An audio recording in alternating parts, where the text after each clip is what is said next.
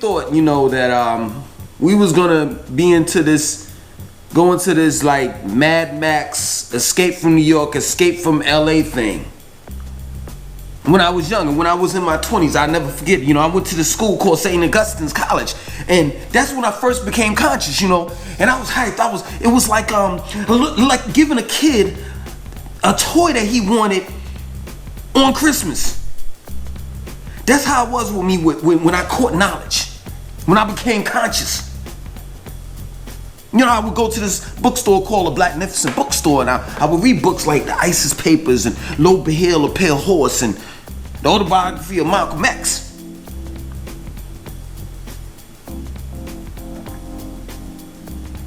And I was just ready and gung-ho about America, or what we call Babylon, falling.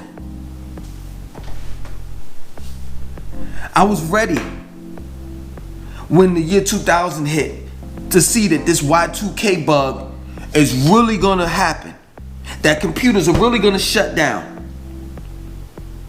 I was ready to see Babylon fall with my own eyes. But that, when you're a kid, you think like a kid. And that's not how I think now. Like, really ask yourself, seriously, really ask yourself, do you really want to see Babylon fall? Because I can tell you, I don't. I know that we're dealing with systemic racism. I know that systemic racism is embedded or is the fiber of America. I get it.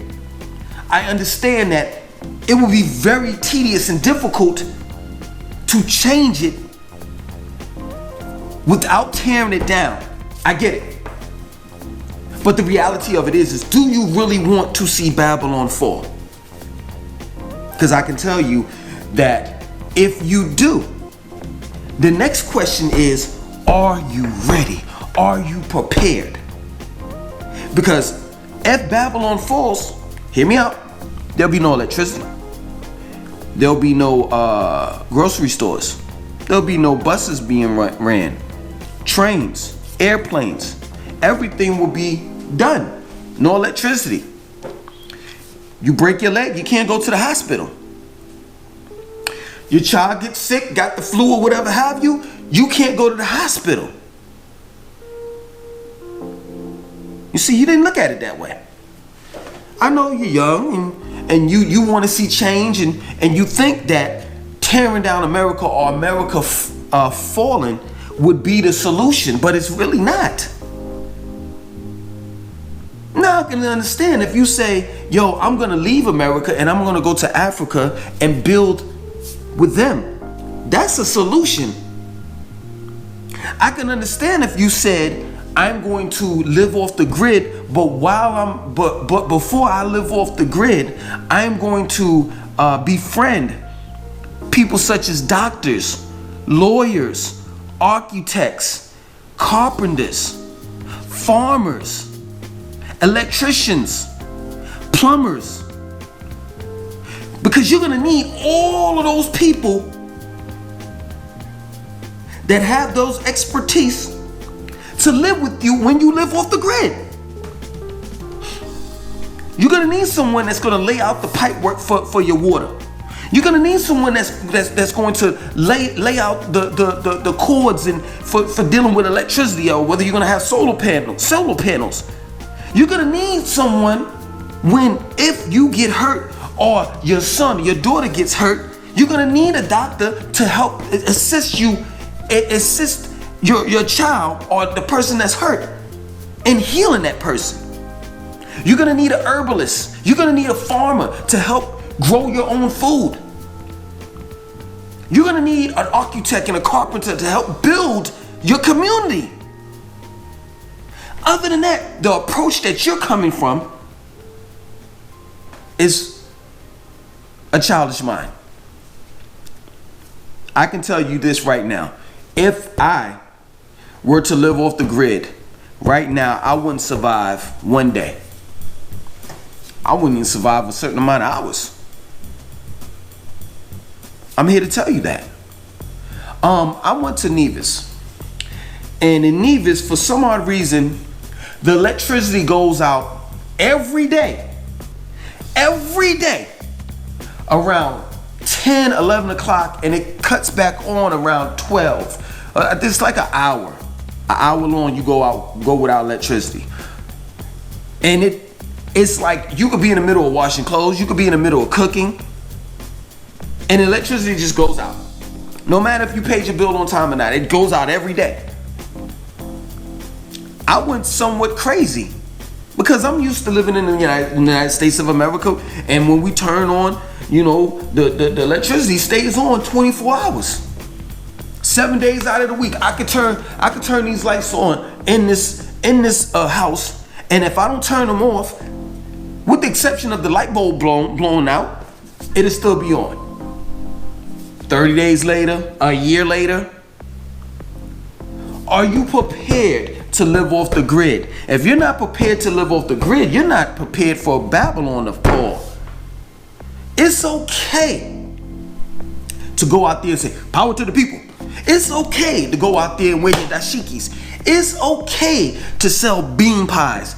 It's okay to talk about the black man is God, and we need to go in Egypt. We were Egyptians. We were the gods and the goddesses. That's okay. That's fluffiness. That's what I call fluffiness. That's not a real revolutionary. A real revolutionary is one that can grow his own food. A real revolutionary is one that can knit and design his own clothes. A real revolutionary is one that basically can survive or can be sustainable outside of America's society.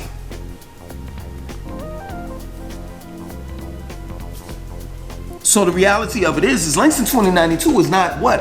A real revolutionary, because that's what a real revolutionary is. That is a real revolution. Is when you take matters into your own hands, when you become independent. You practice total autonomy.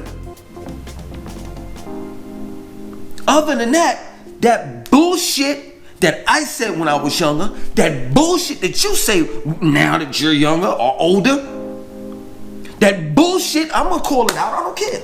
I don't care who tells, because I know some of y'all are snitches. You know what I'm saying? I'm gonna start laying mouse traps around here, because most of y'all are rats. I don't care who tells them. Period. All that shit that Sonetta and Polite preach and teach is bullshit. If you can't grow your own food, if you can't do the things that will make you sustainable outside of American society, outside of America's city limits, or if you can't live off the grid, you're not a real revolutionary. At least not to me. You could talk that talk, but if you can't walk that walk, then it is what it is. That's why I continue to say it. I'm not part of the conscious community. I am not a real revolutionary. I'm striving to be. Other than that, hey man, I could hardly keep these house plants alive. I sat them outside for long periods of time under the sun and burnt their leaves off. Got a snake plant over here, a spider plant over here, and damn near killed that. Got an aloe vera plant outside, and I'm nursing that back to health. Man, I used to till the ground. I used to work for these older ladies when I used to live in Durham. So I used to, till the ground. I would turn the ground up and plant their seeds for them, and flowers and all the rest of that stuff. And that was some hard shit to do. The average person that has a garden or a farm will tell you that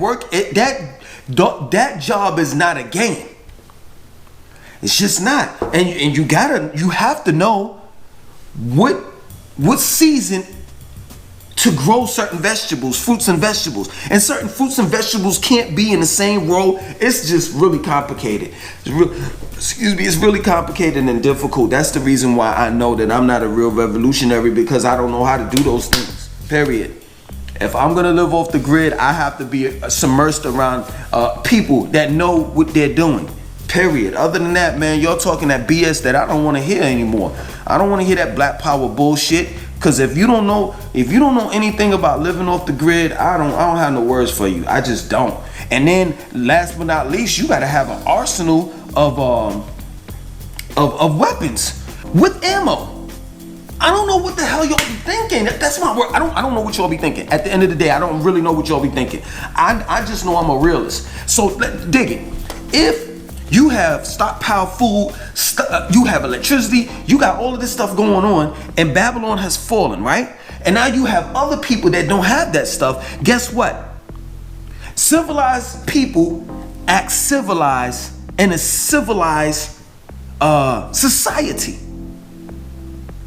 Animals act like animals in a jungle. You don't think that civilized human beings, when put in a jungle such as Babylon fallen and its chaos and anarchy going on, do you think that these people are going to be civilized when they're hungry and their children are hungry? Their children are hungry? No. They're going to be animals. They're going to start thinking with their animalistic side of the brain. I forgot what they call it. But their instincts, rather. And it's going to be survival of the fittest. They see you over there eating lovely, they're going to take what you got. And you're going to have to be prepared to protect and defend yourself. And if you don't have guns, plural, with ammo, plural, it's a no-go for you. I don't know what y'all be thinking when y'all be talking about Babylon be falling. I tell you what, I think this is the way y'all think. Y'all be thinking like the Jamaicans be thinking, but guess what? When the Jamaicans say Babylon be falling, in Jamaica, they could go up into the mountains. There's people actually that live up into the mountains. The real Rastafarians that don't eat meat, no electricity, they grow their own food, and they smoke ganja. Well, some of them don't. They can do that. You can't. You know nothing about growing your own food. You the same one to black power by any means necessary. Don't even own one gun. I ain't listening to y'all, man. At the end of the day, y'all don't want to see Babylon fall. It's just that plain and simple. I'm done.